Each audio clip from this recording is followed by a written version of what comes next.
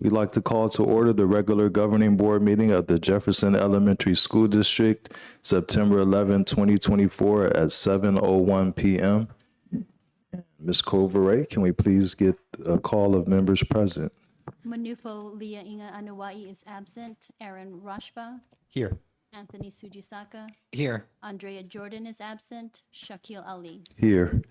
And Mr. Valenti, we'll ask you to lead the pledge. Hand over your heart. Begin. I pledge allegiance to the flag of the United States of America and to the republic for which it stands, one nation, under God, indivisible, with liberty and justice for all.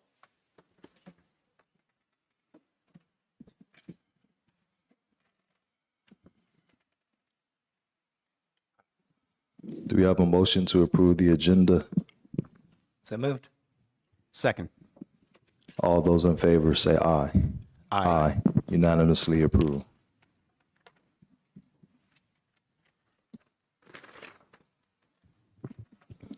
Next, we'll have board member acknowledgements and commendations, item 5A, and we'll start on the right. Okay, thank you. Well, I had the great pleasure of attending back to school night at Thomas Edison last Thursday, and I will have the great pleasure of attending back to school night at Fernando Rivera tomorrow. And I just want to thank all of the teachers, the staff, the program coordinators. We had the YMCA and after school programs out at Thomas Edison, and who gave great presentations.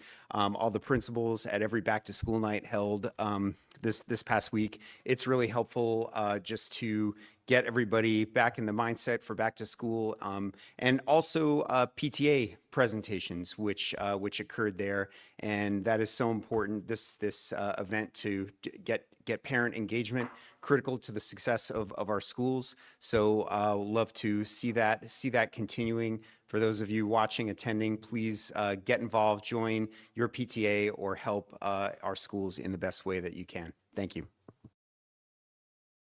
No further comments. I echo my fellow board trustees' comments.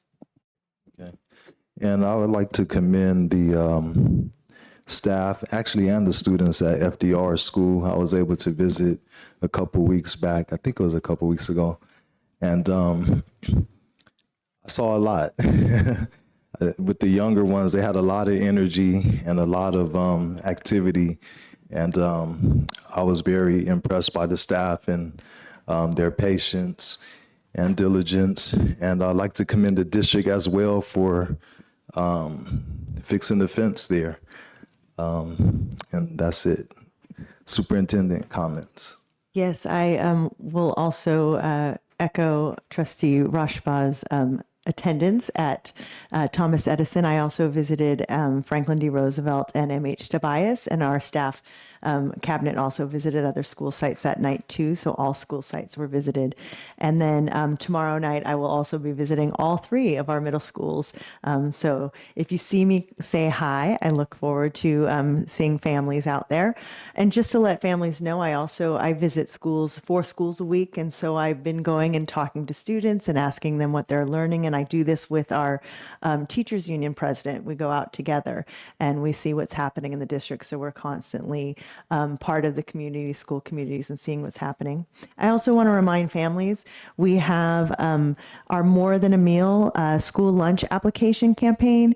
This is an opportunity for families to apply. This not only brings resources to your family, such as discounted internet services and eligibility for health and welfare services, but it also brings benefits to our schools and our district. It increases our funding from state and federal programs, and it also increases our eligibility for grants, and it supports our enrichment programs, our staff and student resources. So even though we do provide free meals for everyone, we still are asking families to complete the school meal application, because by doing so, it brings more resources to our district. So we're going to continue to share this information with families. They'll be receiving a school messenger this week. It's in the newsletter next week, and we're just going to keep reminding families because there is a deadline for applying for this to bring funding to our district. So we just want to keep reminding families that even if you think you don't qualify, please fill it out because you just might, and you might get some resources and services. And also it brings resources and services to our schools. Thank you. All right, thank you. Item 5C, persons wishing to address the board. This portion of the agenda is available for individuals to comment on or address the board on any issue that is under the board's jurisdiction and not on the agenda. The maximum time allowed for any speaker is usually 2 minutes. Nope, okay. You have no speaker cards. Item 6A, consent agenda. Do you have a motion to approve the consent agenda? I would like to remove an item from the consent agenda, and that's item 7B. All right, any other items to be removed? Okay, so do we have a motion? Move to approve the consent agenda. Second. All those in favor say aye. Aye. I'm sorry, this is That's a with roll the call removal. vote for a resolution. Okay, sorry. Can we get a roll call? Mr. Rashba, Aye. Mr. Sujisaka, Aye. Mr. Ali, Aye. Unanimous. Item 6D, August 21st, 2024, Special Study Session Report, California Voting Rights Act. The administration will report on the special study session on the California Voting Rights Act and by-area elections held on August 21st, 2024. Yes, so I would like to share out what happened for those that were unable to attend or not able to watch. Redistricting Partners is a demographer that we had asked to do a presentation on the California Voting Rights Act, as well as they did an analysis. It's called a racially polarized voting analysis. And so they shared some of their findings, which are attached in tonight's agenda, a summary of those findings. And so I would like to actually a quick highlight of the summary. So in advance of the study session held on August 21st, the district contracted with Redistricting Partners to conduct a statistical analysis referred to as a racially polarized voting analysis of the district's historical voting trends. And so here is a summary. Critically, the racially polarized voting analysis observed mostly low to insignificant levels of racially polarized voting occurring within the district. The analysis did not find or conclude that white voters are blocking the preferences of protected classes, and neither did it show statistical evidence of high support from any demographic for a particular candidate. The analysis also noted that the tools commonly used by potential California Voting Rights Act plaintiffs, including a regression analysis, do not provide support for racially polarized voting occurring in district elections. Rather, the analysis of the district's historical voting trends found a racially diverse group of candidates consistently running for seats on the board, with many of those candidates successfully securing seats on the board. And so, in addition to sharing some of this information at that meeting, the special study session, we had a few community members come and ask questions. And most of those questions were really about better understanding of what is the function of the school board so that they can make provide better input on whether the district should transition to by area or by trustee area elections. So in response to these questions, we have established 2 information sessions. So if you would advance the slides, 1. So this information has been sent out. We'll be sending it out again. So on September 24th, it's a Tuesday, we're going to have 2 online or virtual sessions that are information sessions for the public.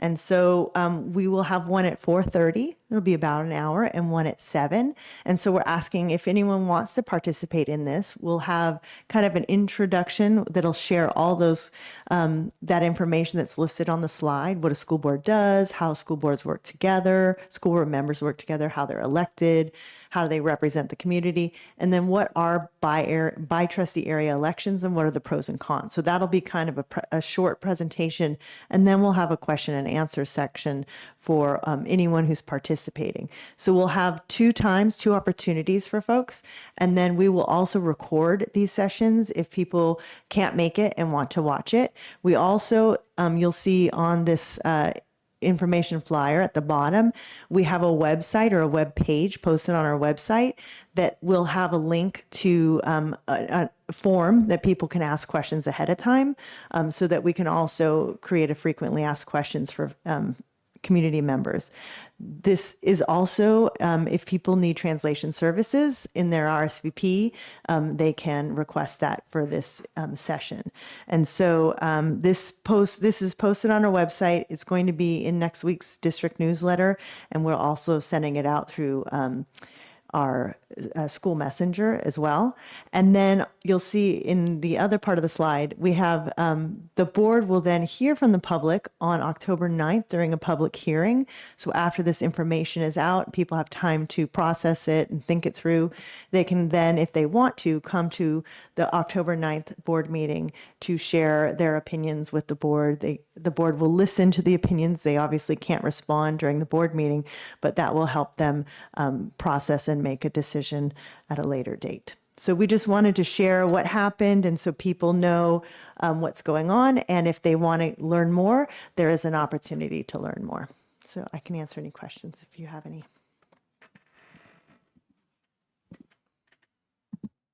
All right, thank you. All right, item 7B. Transportation services for special education, fiscal year 2024 to 25. The administration recommends approval of the fiscal year 2024 to 25 transportation services agreement between Jefferson Elementary School District and San Mateo County Office of Education, Special Education Transportation Department through First Student. The current estimated ridership is approximately 104 students, and the estimated cost is $2,149,538.52. Actual costs will be determined based on actual number of students transported. This contract is funded through the special education budget. And you have some questions? Yes. I would like to get more information about how the vendor is chosen. And really the question comes from the significant sum of money that we spend, that we need to spend to transport our students. But this is a significant portion of our budget. And I would like to know what the decision-making process is. I see that we're contracting with the county, who presumably is doing their own due diligence on different transport vendors. But what can you share with me about how First Student was chosen, how often that they're evaluated, if there's a list of vendors for transportation similar to what we see for contractors in the building projects that we have? Thank you. I will turn it over to our Assistant Superintendent of Business Services, as she's been working more closely with the transportation for our special education students. And so, Ms. Peterson, if you wouldn't mind. Yeah, thank you. Thank you for asking. It is a large sum of money for the transportation services. So just a little bit of history into the transportation here at Jefferson. Jefferson has been using the San Mateo County Office of Education contract for many years now, and I did look back at the last contract. This current contract is based on an RFP that was conducted in May of 2024. So they were basically going back out because prior to that, they had done an RFP in 2019 before COVID, and they signed a 5-year contract through the RFP process. It also happened to be First Student. And then when that contract expired, they did the new RFP May 2024, and you have to, of course, choose the lowest bidder. It came out that First Student was the only bidder, and so they selected First Student. Unfortunately, the bid has a 23% increase in the first year of the contract, And then the second year has a 6.5% increase, and then another 6.5 increase. Now, Jefferson has only signed the contract for the first year. And then looking back at this, because of this huge 23% increase, I looked back at what happened in 2019 when they did the contract. And of course, the COLAs or escalations were much lower. After year one, they had a 1% increase in year two built in. In year three, they had a 3.8% increase. And then in year five, a 5% increase. So I'm also assuming that this 23% increase might be making up for some of their costs that they incurred during COVID and the difficulties with transportation and the difficulties with hiring employees for transportation. So that's how we came upon this contract. We had already agreed to go with the county for this school year. We are not bound by this 3-year contract. If we find another alternative, it is something that we could explore. But we have leveraged off the County Office of Education because it's very efficient for us. There's a built-in scheduling component of this contract where they schedule all the students for us. So it has been beneficial to Jefferson over the years. But again, it's a large increase for this school year. Does that help answer your question? It does. And just to clarify, the 23% increase is as soon as we signed the contract this past May, or it takes effect after 1 year? It takes effective August 2024. So we did the RFP process. They did the RFP process well in advance of the new school year starting. Right. And why do you think that there was only one bidder? I was going to ask if you could tell me more about the RFP process, and it sounds like it's very similar to what happens with contractors, where there's a list of bidders, and you choose the lowest responsible bid, but we only had one bid. Why do you think that is? I know it's been, I can't guess. I didn't get a chance to talk to the county, but I know it's been tough. Transportation has been tough since COVID. A lot of the vendors have, some of them have gone out of business and they've had to raise their fees.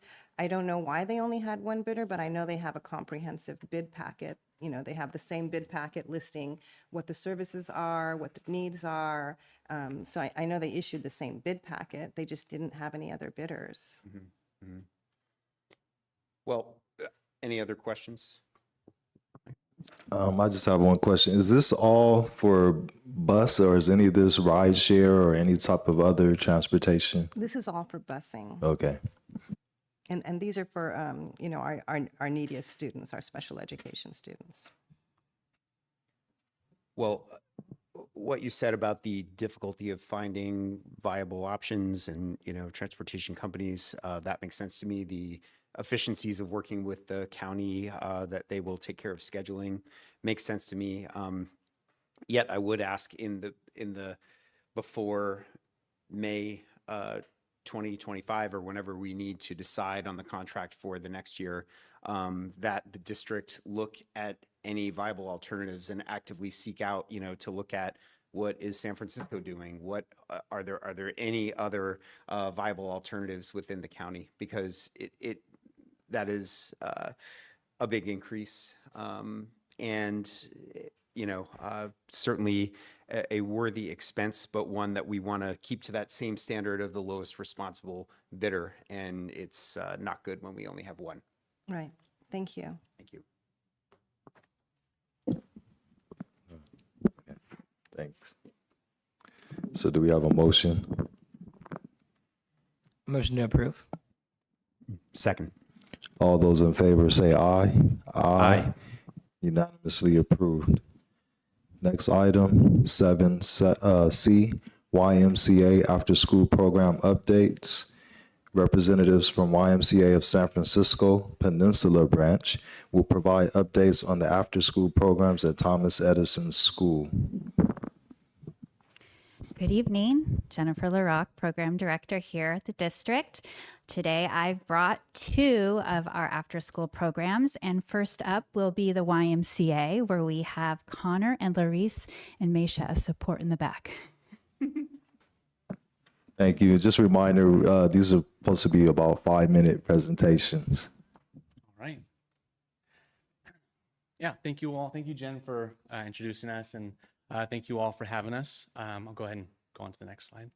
There's actually a clicker on there There's for a you. clicker. All right. So my name is Connor Leachman. I am the Associate Program Director with the Peninsula Family YMCA. I currently oversee Thomas Edison Elementary School after school.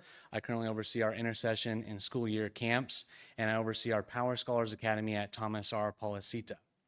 And with us today is also Larice Williams. Introduce yourself. Hi, I'm Larice Williams, and I am the Youth Program Director with the Peninsula Family YMCA, and I support Connor and the programs that he oversees. All right.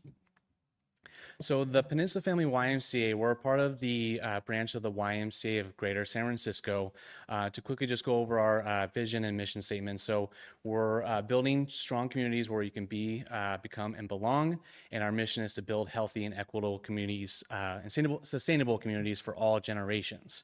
So this really tries to come up in our after school, in all of our programs, where our YMCA program leaders try to build strong communities within their classrooms where students feel welcome, feel included in all the activities, and then also trying to facilitate activities that try to build healthy habits, healthy eating, physical activity, and make sure things are equitable within the classrooms.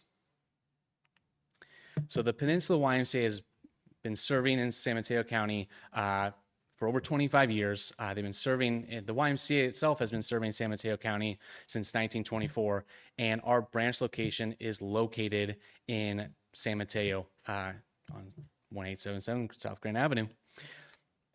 So to go over our current school sites, again, I oversee Thomas Edison After School. We started that in March of 2022, and we currently have our intercession camps that happen during Thanksgiving break, President's Week, spring break. We've also done a winter break as well, and we've done our Power Scholars Academy school site since the summer of 2018 is when we started there. Let's go into a little more on each one. So again, we started in March of 2022, and we started with only about 20 students who were only ELOP eligible students. And you can see that each year we've really grown in our capacity. So the following year we got up to 100 students for students that qualified for ELOP. And then last school year got up to 127 students. And then this current school year, we're getting up to about 120 students. So we're about currently around 120 students that we have, and we have about 50 families currently on the wait list. But a lot of these families are waiting for that ELOP spot to open up. So we do have options this year for families to pay or to apply for financial assistance for our programs. But yeah, we can see that there's been a ton of growth over these last coming school years. And myself and Larice have really been there since the start of this program from when it first opened up. So as you can see, I have some photos here of our after school program, just some of our students. I really love to hear from a lot of our students. Parents will come to pick up and they'll come right back around and say, they're not ready to go home yet. They want to stay for a certain activity. They're having too much fun. So it's something I love to hear from our families. So look just at one of our current schedules. We do offer supper for our families. That's provided by the school district. And a lot of our program it's a third homework support, a third enrichment, and a third recreation. So a third of that homework support is supporting students with their reading logs, with their homework. Our staff are there to support them through that. Our recreation is to get the kids outside, physically active, doing group games, group activities, and then our enrichments are skill building or STEAM or arts and crafts that they do. And currently right now, thank you to the school district, they provide a lot of enrichment providers. So currently right now we have UPB basketball coming in and facilitating enrichments for them. And then we end the day with community time, so all of our students are together during sign out, and so that's our current schedule. As you can see, a lot of our students do love to do their homework and to do their reading, and our staff are there to support them through it all if they have any questions. And we get the kids outside, physically active all the time. Currently right now, as I said, we have UPB basketball coming in, but we do run sports. They love tennis, baseball. They love to play foursquare, kickball, all of that. So that's a big part of our programs. And our enrichments, as you can see, we do cooking activities as well. Could be fruit smoothies, could be yogurt parfaits. They do, again, like piñatas, things like that, just something to make sure the kids are getting enriching activities within the program. Moving on to our current intersessions and school year camps. So this started about 2 school years ago, where we started to offer this program to about 60 to 100 students, ranging from as young as kinder to 8th grade. Currently, we're offering it to about 60 students from kinder to 6th grade, and we really try to do like summer camp activities with them. Field trips at least once or twice a week. We're going to Lost Worlds. We're going to the Jelly Belly Factory. Tons of places. We try to get them out of here, try to go experience something new. And a lot of times, these students are going to new places or first time even being on a bus when we first started. And we're doing STEAM, we're doing community building activities, and a lot of students get to see other students from other schools and really build friendships with those students and get to see them throughout the school year. And again, recreation, big part of it. Try to do summer camp games, get the kids physically active. As you can see, we went to the zoo, been to Lost Worlds. They love taking the bus, and it's a lot louder on the way there than on the way back. They're a little bit more tired, but it's definitely, they enjoy it a lot. And as you'll see here, we get a lot of positive feedback from our families, and you'll kind of see a theme of communication, how amazing our staff are, the enrichment activities, safety. I am at the sign out table. I'm there for the families to come and see me. I'm available phone or email, and I do try to reach out to them at least once a month with a newsletter or an email about any updates with the program. So we do get a lot of positive feedback about our staff. They are amazing staff, and happy to have them.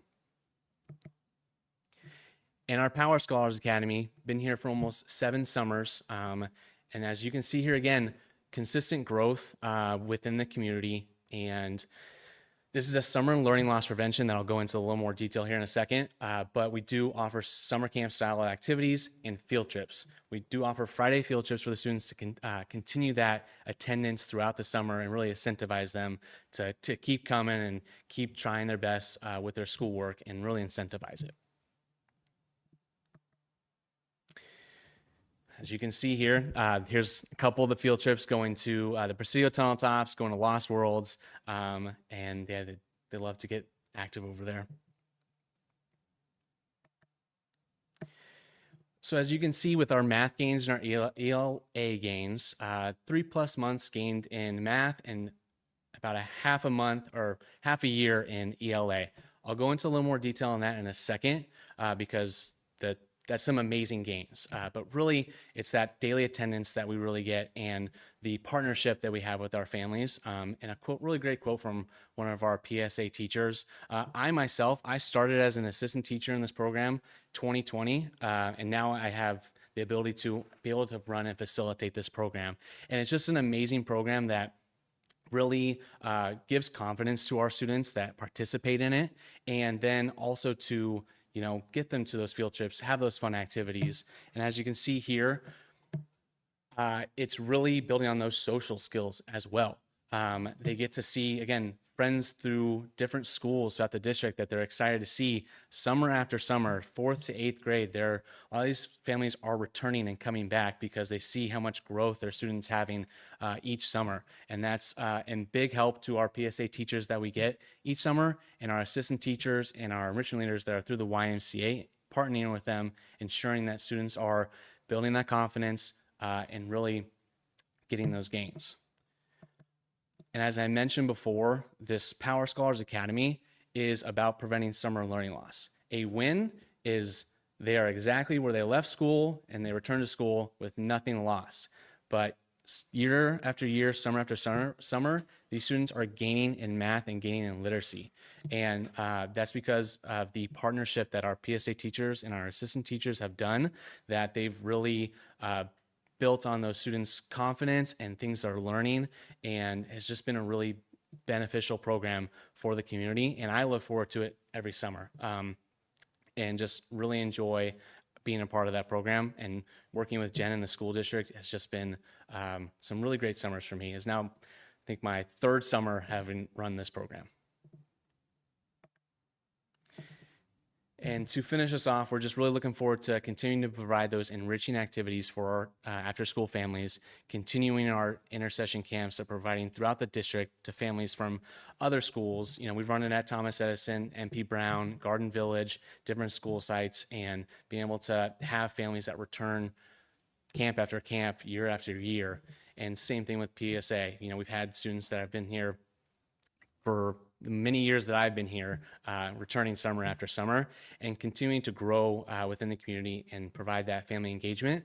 And, you know, hopefully in the future we can build on that outdoor education with our Camp Jones Gulch that's not too far away, and hopefully that can be a partnership that we continue with in the future.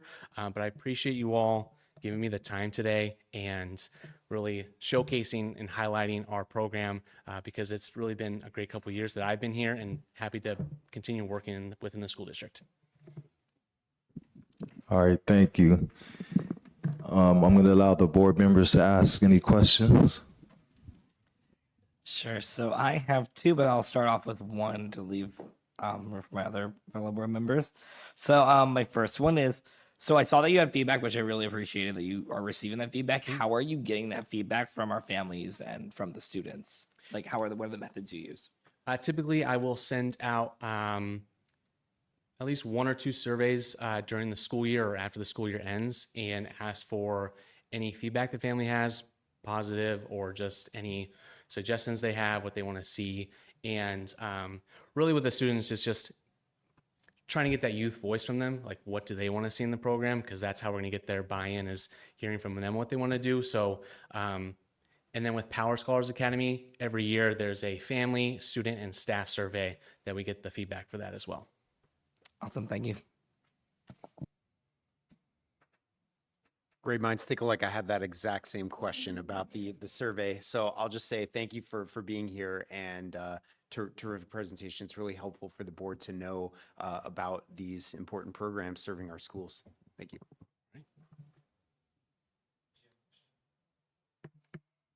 All right. So then my second question will be, about how many families do we have on the wait list? And then I guess this is a question, for the district that I guess usually another trustee asks, but what are we doing for those families that are currently on the wait list?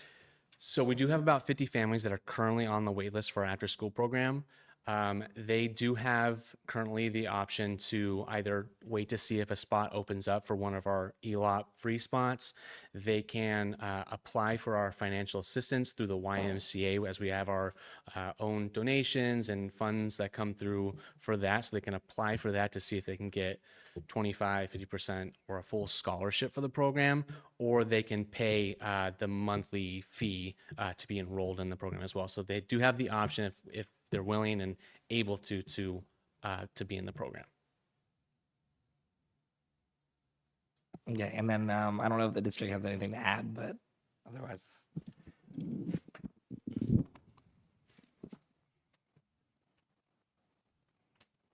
I guess I would just say that the contract that we have with the Y and most of our base providers is up to 120 students. And that is then offered to all of our ELOP qualifying families. And it typically, and I would have to check your list, but it would typically allow all of our ELOP unduplicated families a spot. And so if someone were to drop out of that spot, then we could take a student that doesn't qualify as unduplicated, but we have to offer it to all of our unduplicated ELOP students first. And again, typically they all get a spot. Awesome. All right, that's all my questions. No further questions. Okay. Thank you. Just want to, wait, not too fast.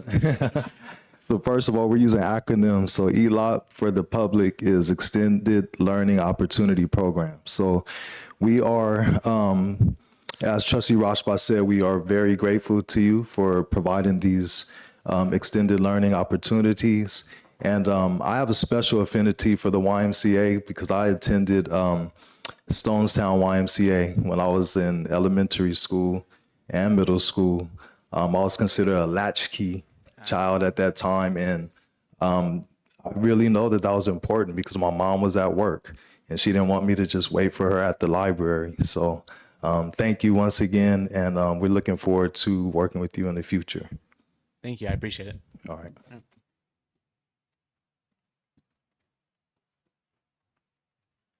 On my quick sidebar there with Clarice, I want to confirm that we do not have any ELOP qualifying students on the wait list. They are all in the program.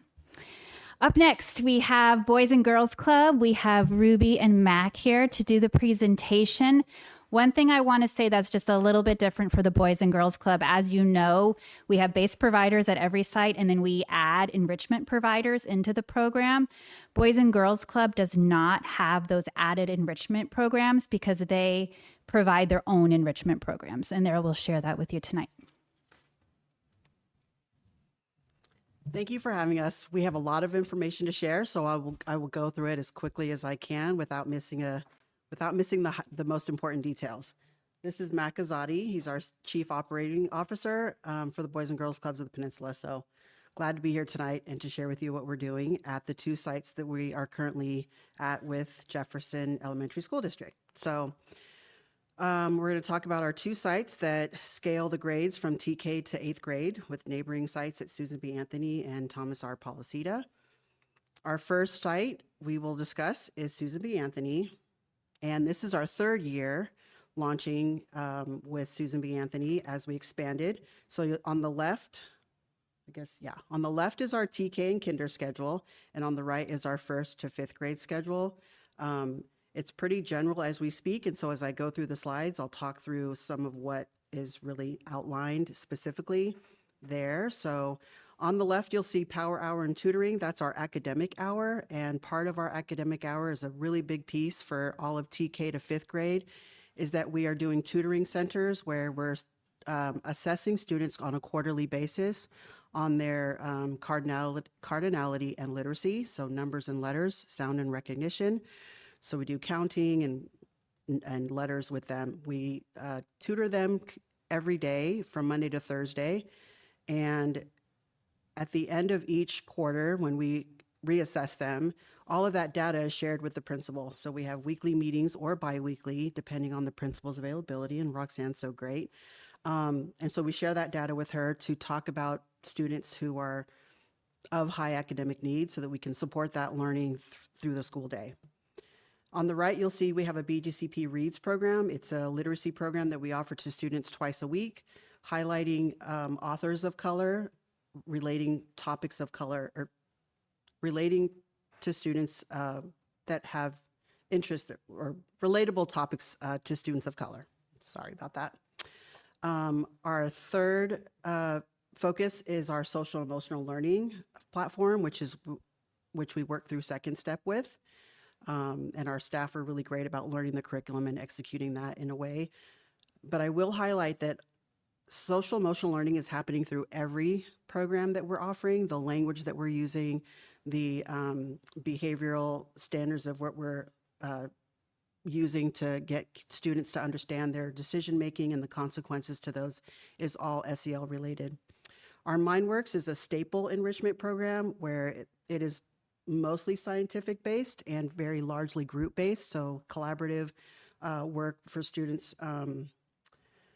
to work together, have some creative thinking, and yeah, that's the staple of our Monday to Thursday programs. This is our second block for enrichment programs for each quarter that's added to enrichment. Our quarter 1 is soccer, quarter 2 is Playworks, where we can be flexible because of the daylight savings to do Playworks both indoor and or outdoor. And then quarter 3 is Art in Action, where there's a history piece to it, where they learn about the artist and where it stems from, where the work stems from. Quarter 4 is basketball, but for quarter 1 and 4, both of those are included with a in-house league. So students from 3rd to 8th grade will participate in those leagues offered at the Orange Park Boys and Girls Clubs in South San Francisco on Saturdays. So for Thomas R. Policita, the 6th to 8th grade, this is our 2nd year there. And we're excited to expand it a little bit more. Last year, we started off really small, and we've expanded to a full leadership team there where we have a site director and an assistant site director that executes on the following programming.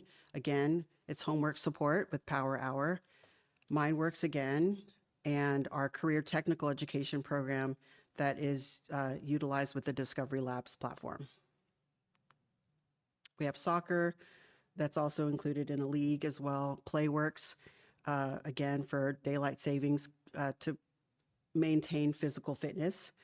And chill time is something that we integrated last year. This was really by student voice. They were saying, we are tired of sitting in a classroom all day from morning to 6 p.m. So what can we do? So we utilize chill time as an unstructured, structured time. So there's opportunities for kids to get together and do some pearly beads. Maybe they're playing Nintendo Switch. Maybe they're engaging in a board game or a card game. Something that's still fun and yet not so structured and feels like they're learning, even though they are learning together through these activities. Money Matters and Lyricism are both Boys and Girls Clubs of America curriculum that we've pulled. Money Matters is a financial literacy program, so it's helping students to learn how to manage money, how to make money, maybe even how to invest money. Lyricism is really around students learning what music is. It could turn into poetry, but it's a fun way of learning what music is, history of music, and how they can possibly make their own music. We have Lego kits that are tinkering with robotics, so they can do some circuit work around Legos and just sort of learn and discover the passion of potential robotics.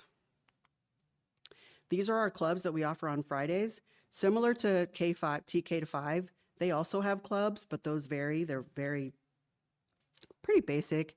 But for the middle school kids, these are clubs that either the staff have passions and excitement or knowledge about, that they feel comfortable creating the curriculum around, or it's what the kids have asked for. And they've learned about what those curriculums are and tailoring it to the interests of students. So our Torch Club is a leadership program. Our Film Club obviously is about film. Cultural arts is maybe they're designing some, various types of culturistic art pieces. And DIY science is pretty basic. A lot of them sometimes have to do with edible science, where they like to build things with candy or food and eventually eat them. So that's it for programming. We're going to move into intercessions. And intercessions we've just launched last year for the first time. And it was held at Susan B. Anthony. This year, it is still going to maintain to be held at Susan B. Anthony. So thank you, Roxanne, for allowing us to do that. We've got a total of 8 days that are scheduled for that this year, utilizing the Susan B. Anthony team and the entire TRP team to come together and program for students from 8 to 5 p.m. on those days that we have intercession. This last summer, the last 2 summers, we've been at Woodrow Wilson. So thankful to Alex for letting us use his campus. It's been great there. This is our intercession schedule. It's a lot. It's a long day. But the morning portion is really focused on academics. Summer Brain Gain is a National Boys and Girls Club curriculum where we've taken that, and it includes history, art, not so much art, sorry, history, science, math, and literacy. And then in the afternoon is just pure enrichment that includes Galileo, a curriculum that we purchase. If you're not familiar with the camp, it's very expensive. But we are trained by the Galileo team in the summer to be able to execute with all those project making activities, which you'll see here. Middle school pretty much did it all as well, because we served kinder to 6th grade. They ended their summer by going to Great America on one of the hottest days this last summer. Daly City students are not used to 80-degree weather, and it was, I believe, 90 in Santa Clara that day. So it was quite an experience, but they have so much fun in the summer, just being able to make new friends because it's district-wide for intercession and for summer. Here's our data currently. Well, from summer, we had 153 enrolled. Our target goal was to have an average daily attendance of 140, and we achieved 123. We did start out strong, so it started to taper off towards the end of the summer just because families start to go on vacations. This year, our number right now at Susan B. Anthony, we're currently enrolled at 138. Our target is to serve 120 students daily, and currently we're serving 124 on average. so we're a little bit over. Our enrollment currently at TRP is 87. Our target is to enroll at least 100, or to serve at least 100, and our actual attendance right now is 64. Our wait list is currently 15 at TRP, and SBA has 20. Once families are confirmed by attending an orientation after filling out the application and signing the packet that includes, an early release form if they need that, or acknowledging the behavioral policy,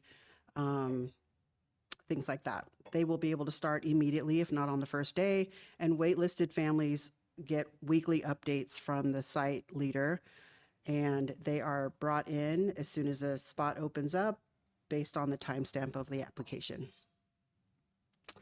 And that is all I have. Thank you. Sure. Do you want to ask any questions? You can start with Trustee Rushba this time. Wow, great presentation. Sign me up. That looked like you have some incredible programs that are being really beneficial for our students. So thank you. I had just two questions that come to mind. It struck me that you are doing assessments on a quarterly basis, and that's good that you are working with Principal Hannon. But how do you work with teachers if you uncover something? Do you work directly with classroom teachers? I believe they do. It really depends on the communication, and I know that we have strong communications at Susan B. Anthony, so I believe that they are in communication as much as the teachers allow for.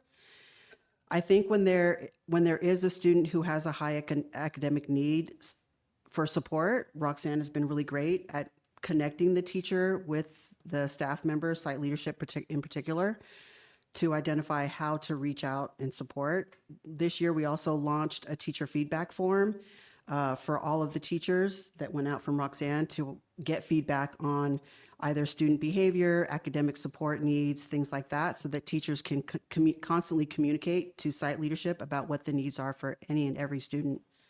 Yeah. Thank you. Sure. All right, and then this is a repeat question, but I didn't see it on there. How are we soliciting feedback from families and students? Yeah, great question.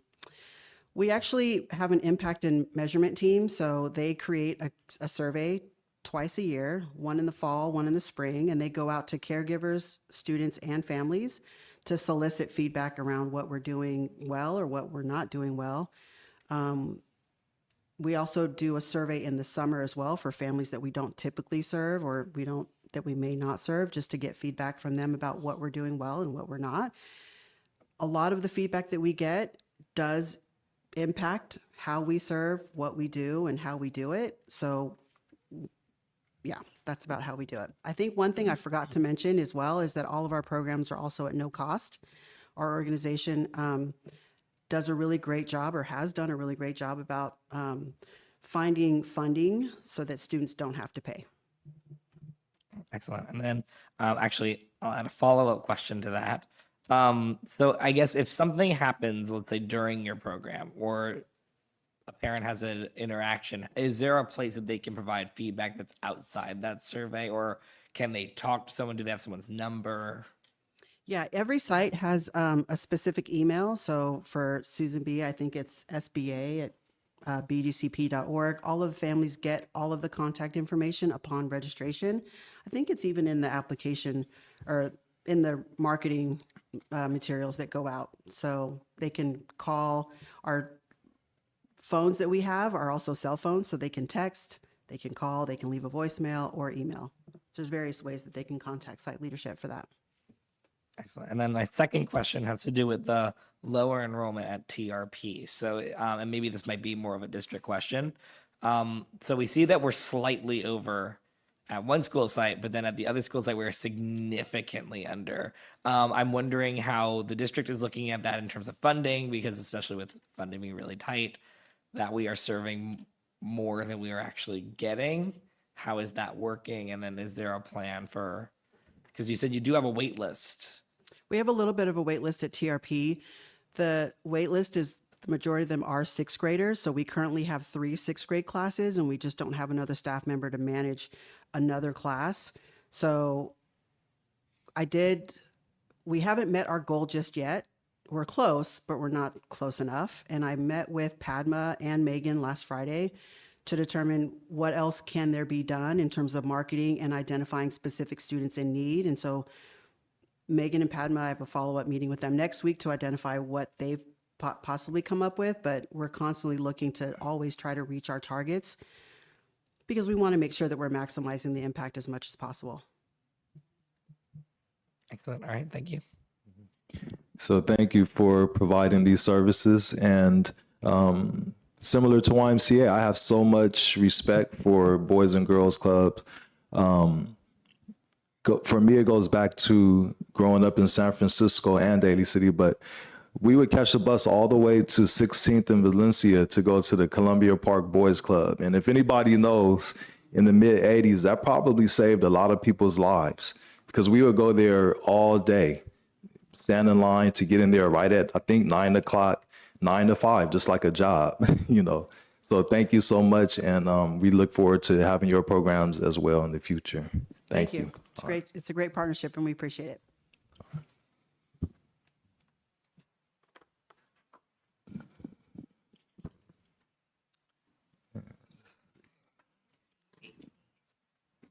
Item 8E, unaudited actuals.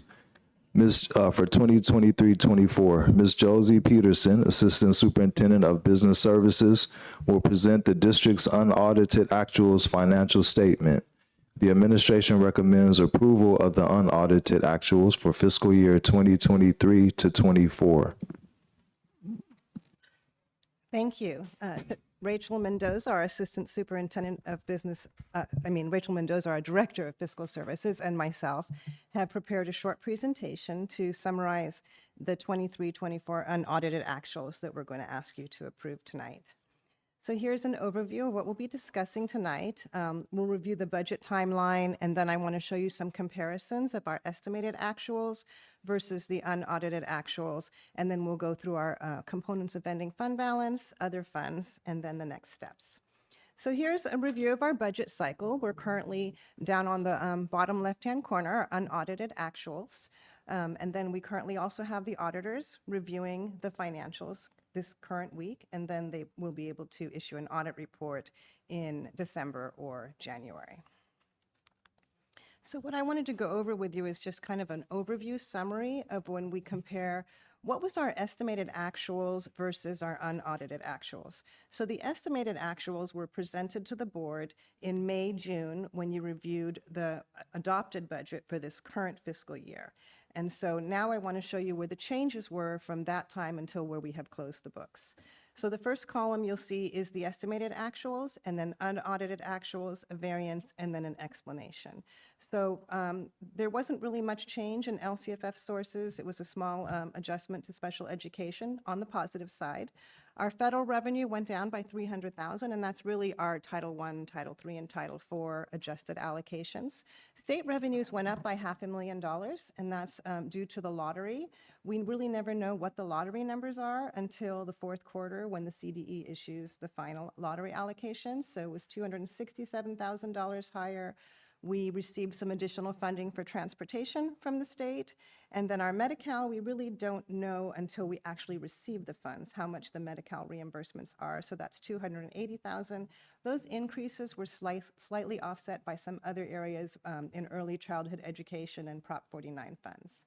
And then local income had a large increase of $1.4 million as compared to what we estimated in May and June. And that's mostly due to interest income. The county posts quarterly interest income, and this year the interest rates were higher and it came in higher than we expected. We also have energy rebates, which we really don't know until we receive those energy rebates. Our CAVA supervisory fee was $118,000 more than we anticipated. And then there's this fair market value adjustment that the auditors require us to book on June 30th. What they do is they look at the cash in the county, which fluctuates on a daily basis, but they look at what is the fair market value on June 30th, and it's a bookkeeping entry the auditors require, and then it's reversed the next year because it fluctuates day to day. But they want to have a bookkeeping of what is the fair market value adjustment. So that is also included in local revenue. So yes, Aaron. Is that fair market value increase in funds not real? Is that just- It's really, it's difficult to say because there was a negative fair market value adjustment last year when they closed the books, and then it was reversed, and then now we have an increase. So it's not really real because it fluctuates from day to day. So Our- it's a reflection of bookkeeping, not a reflection of what's Yes, and we want to make sure that we're transparent about that because it does change our ending fund balance that we're presenting to you in our unaudited actuals. And so we want to make sure that you understand it's just a bookkeeping, it's GASB, the General Accepted Accounting Standards, the state controller issues, and the auditors have required us to book that. Similar to that, I wanted to ask about the interest income. What you're saying that's from the county, right? What is the income? So we have all of our funds invested in the County Office of Education. They have a quarterly investment report that comes out that we could share with you when that report comes out, but they have, in the county, they have a fund manager who invests all of the district's funds in different pools, and then we earn interest income on a quarterly basis. Okay, yep, thank you. So in summary, the revenues increased by $1.7 million. But should we look at it more as? Should we look at it more as an increase of 1 million since 740,000 Yes, is, okay. yes. When you're looking at the ending fund balance, there's going to be that slight adjustment. Mhm. And then when you look at the expenses from when we estimated them in May, June, until when we closed the books, there was a large savings in certificated salaries due to unfilled positions, mostly in the electives. And then you see that we had an increase in classified salaries, and that's mainly due to higher costs. There was increased needs for student support based on the special education study, and so that is a negative. And then employee benefits follows the savings in the certificated salaries. Since we didn't fill the positions, we also didn't have to pay for the employee benefits. And then books and supplies is a category that you'll oftentimes see large fluctuations in, and it was a positive 1.5 million because there was a carryover of site funds and also carryover of donation accounts. Our lottery licensing came in less than anticipated, and we also had some savings in the arts and music budget. The funds were unspent.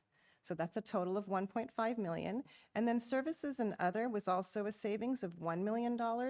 And that is due to some transportation savings. As you saw in the earlier item, we put out the highest cost that we anticipate for transporting our students, and sometimes based on student attendance and needs, it comes out less. So that's $285,000 savings. We received some reimbursements from some of our other neighboring school districts for our homeless youth transportation.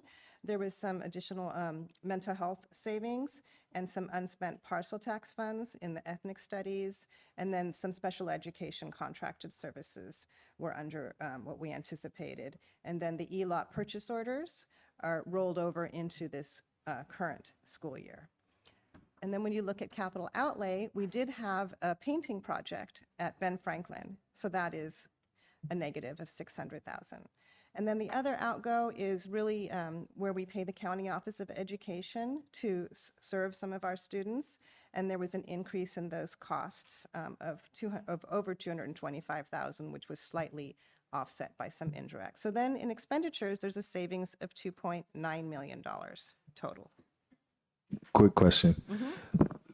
Savings for the unfilled teacher position. So this is for last year, right? What we're looking at. Yes. All those elective positions are filled now, Mr. Valenti? Yes. Okay, thank you. And I have, it's great to see that we are 2.9 billion better in savings, in expenditures than we thought, but the increased outlay for the painting project, that's a lot more than the 10% that I thought was kind of standard with our contracts so that we allow. Why did it increase so much? I don't I don't have the details in front of me, but I don't think that was a change order. I think that it wasn't included in the estimated actuals, and I can check that for you. And then the project was later determined it was needed and Okay. was completed. Because that would be a very large change order for a painting project. And then we have the last category here is transfers between funds. We transfer funds between the general fund and the board's special reserve fund, Fund 17. And one of those is a transfer for the health and welfare contribution that is done. It's part of the contracts that we will transfer the district's increased cost of health benefits from Fund 17 to the general fund. And then there was also a tech converge project, which came in less than anticipated. So our transfers from the special reserve fund were less than we anticipated for a savings in Fund 17. So we didn't need to transfer as much from the board's designated fund to the general fund this year as we thought. And then the other transfer is we had some state one-time funds that we transferred to Fund 17 to continue having that reserve in Fund 17. And there was no change from when we presented the estimated actuals in May. So just to kind of summarize the change in the revenues and expenditures and then the transfers, it's a very positive outcome as we close the books. It's very positive, but I also want to designate what's restricted and what's unrestricted. So the first line is our ending fund balance compared to the estimated actuals, and it's a $4.3 million positive. And then you see in the middle, there's a restricted balance, and it is a positive 3.7 million. And so most of the variance is really due to our restricted funds, which I'll show you on the next page. And then when you go down, there's some commitments. There's a committed balance for employee compensation. There was a board resolution in 2022 committing those funds. There's a reserve for technology and a reserve for textbooks. And then we have our designated reserve for economic uncertainty. We're required by the state to put 3% of our budget aside for economic uncertainty. And so the last line is an increase in our unassigned or unrestricted fund balance, and that's $619,000. So from all the positives, the large amount is in the restricted side of the budget.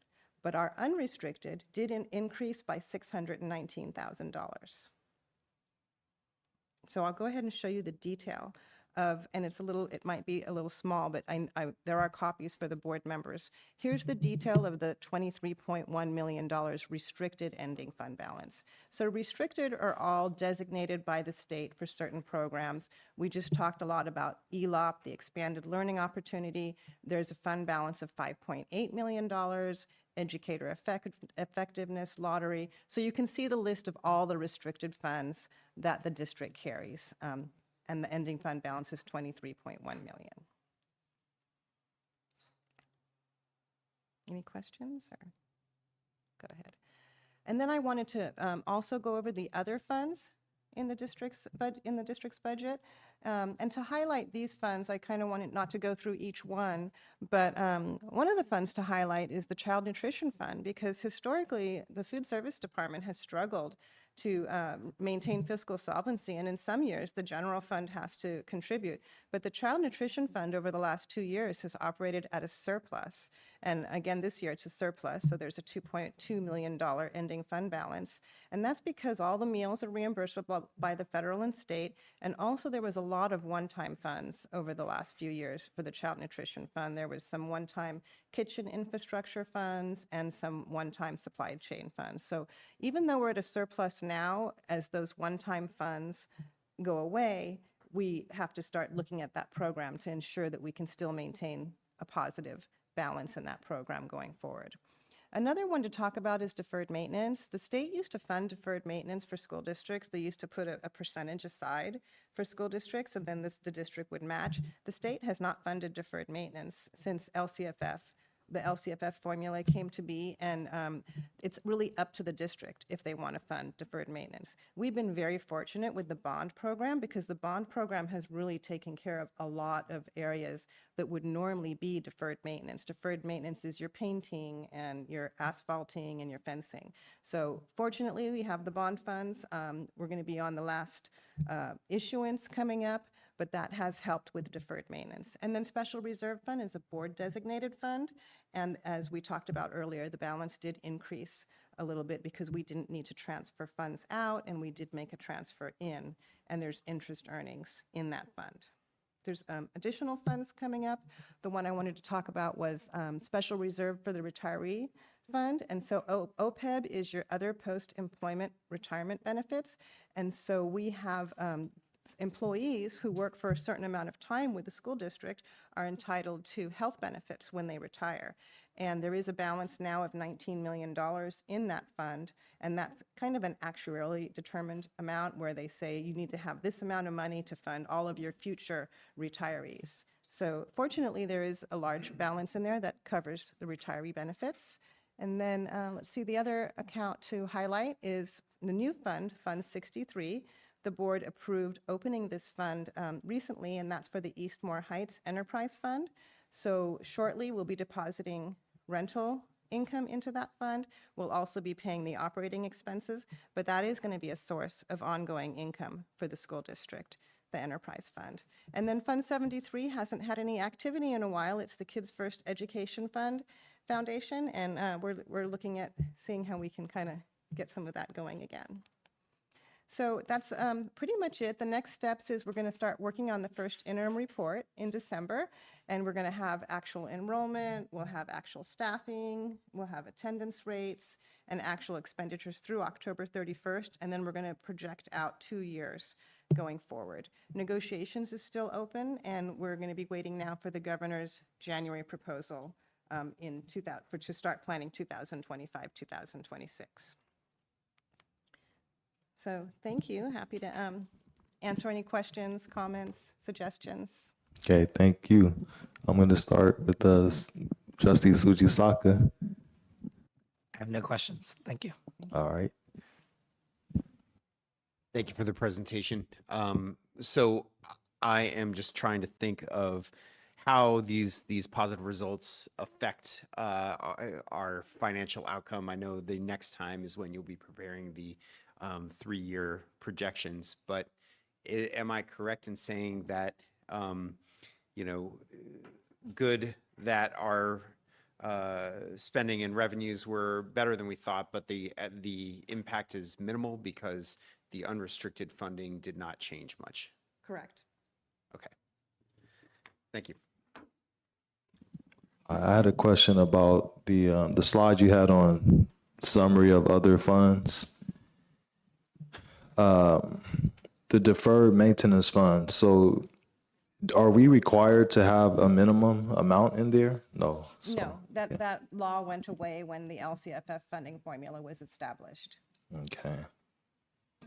Because you mentioned, we've been fortunate that our voters, gave us, approval of our bond, but the time might come there where we don't have that money to depend on. So I just was curious about that fund.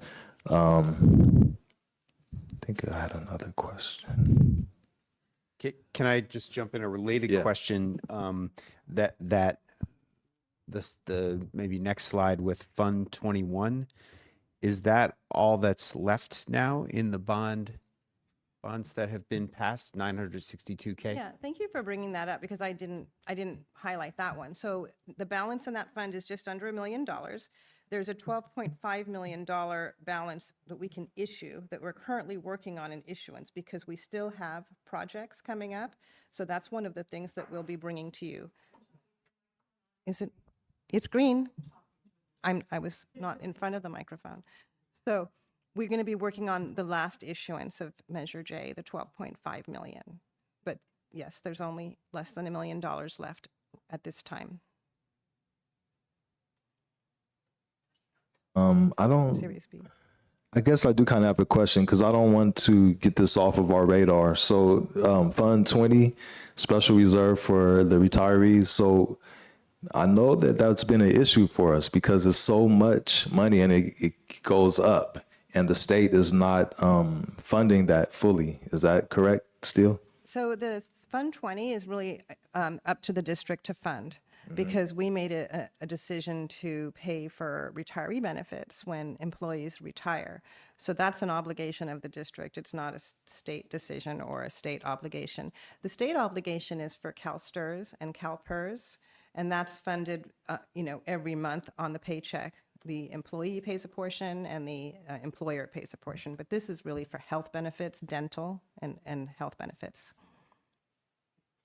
So do we need to watch this fund though? Do we need to pay close attention to it? This fund has a very healthy balance at this time. There's an actuary report that's we have to get every year. It's an audit requirement, and I think it's a little bit higher than what we have, but this is a very, very healthy balance for this Okay. fund. Yes. All right, thank you. I don't have any other questions. So thank you so much. Thank you.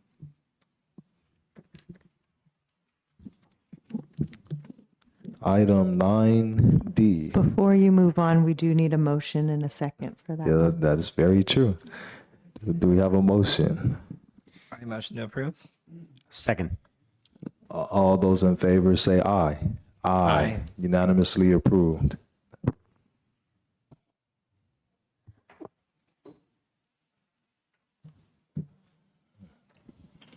Item 9D, single subject PE waiver. A single subject PE waiver is required for initial issuance of the provisional internship permit, single subject, 18+ unit requirement for Gwen Rushlow, PE teacher, FDR, for the 2024 to 25 school year in order to qualify for the provisional internship permit. The administration recommends approval of the request for the waiver. Quick question. So I know that we, trying to phrase my question. So, as the school year goes on, I guess, do we become aware of these? Because I kind of thought that most teachers coming in and hired would be aware of that situation. Like, is there a reason that this is coming to us now after the beginning of the year? Thank you. Yeah, a couple of reasons. So just to begin with, Ms. Rushlow is one of our classified personnel that actually has been a long time instructional assistant PE up at FDR that went and did some units over the summer and was granted, well, now it's a provisional internship permit. But because in order to get this done, the board, after they take action, in order for us to submit the paperwork, we need to have the official minutes. So in the interim, they issue a temporary county certificate, which allows them to work the interim period. Sometimes we also need to apply for 30-day emergency permits to bridge it. So in this situation, she's currently going to be working on a different emergency permit until the official minutes from today's meeting get approved in our next meeting.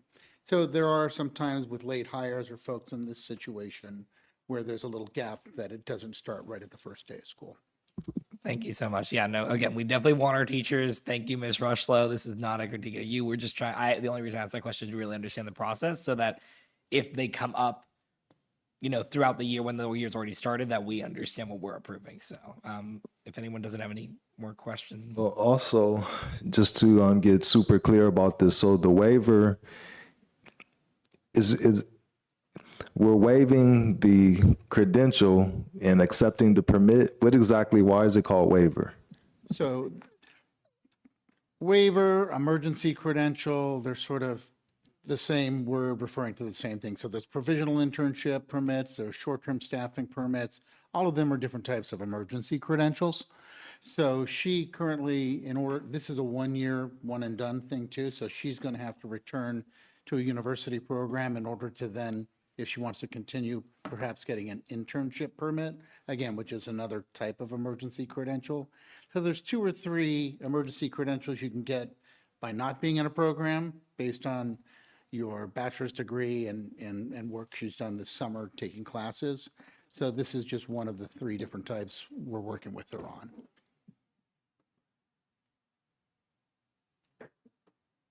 All right, well, then with that motion to approve. All right. Second. All those in favor say aye. Aye. Unanimously approved, and congratulations.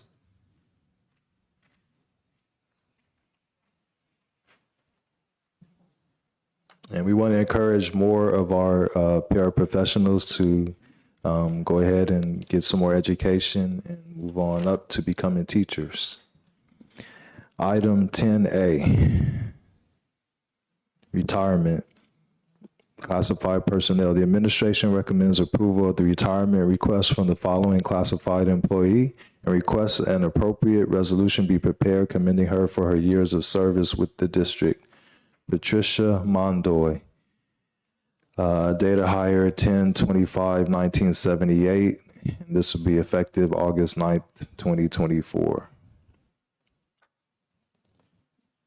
So can I just say a couple of things about Ms. Mondoy? We often speak about attracting and retaining classified and first certificate, and 46 years is quite a track record. She's worked with our as an instructional assistant preschool in our preschool program, and she's just been a fantastic employee. And she decided this year, just recently, to submit her time for retirement, and we just want to thank her for her years of service to our students and families, and probably parents of current children, and maybe even parents of those children too. So thanks, Patricia, for all your work with our district. Okay, do we have a motion? So moved, and congratulations, Ms. Mondoy. 46 years a second. Okay, all those in favor say aye. Aye. Unanimously approved. Item 11, governance, team member comments, reports, future agenda items, and board meeting reflection. And we'll start with Trustee Rashba. Just really want to thank I really would like to thank those from the YMCA and the Boys and Girls Club of the Peninsula who came in tonight. Excellent presentations, very informative, and thank you to the district for arranging those. It's really valuable for us as a board to better understand these really important programs that are spending a lot of the day helping our kids, providing very valuable enrichment. So thank you. On top of that, thank you to our audience for staying for the whole meeting. I really appreciate our conversations that we are having up here. I appreciate the Boys and Girls Club and YMCA for coming. Also, Ms. Peterson, thank you for your informative presentation on our budgets and actuals for this year. Otherwise, I have no further comments. Thank you. I just like that we still are focused on what's in the best interest of our students. And I'll pass it on to Superintendent McCulick. Yes, I'd like to also thank our providers for sharing tonight, and then also to thank Ms. LaRock for coordinating everyone. Because there's a lot of moving parts, and she makes sure that everyone's needs are met. So we really appreciate the work that she does. And then also to thank Ms. Peterson for her presentation tonight. It's our first time getting to see her take on budgets and explaining the processes, and I thought it was really clear. So I want to thank her for that. Thank you. All right, at this time, the item 12, this portion of the agenda is available for individuals to comment on or address the board on an item addressed in closed session. The maximum time allowed for any speaker is usually 2 minutes. Do we have any speaker cards? Nope. Okay, so at this time, we will have a recess, and we'll have a moment of silence in remembrance of the 9/11 victims and for the victims of the tragedy at Appalachian School in Georgia on September 4th last week.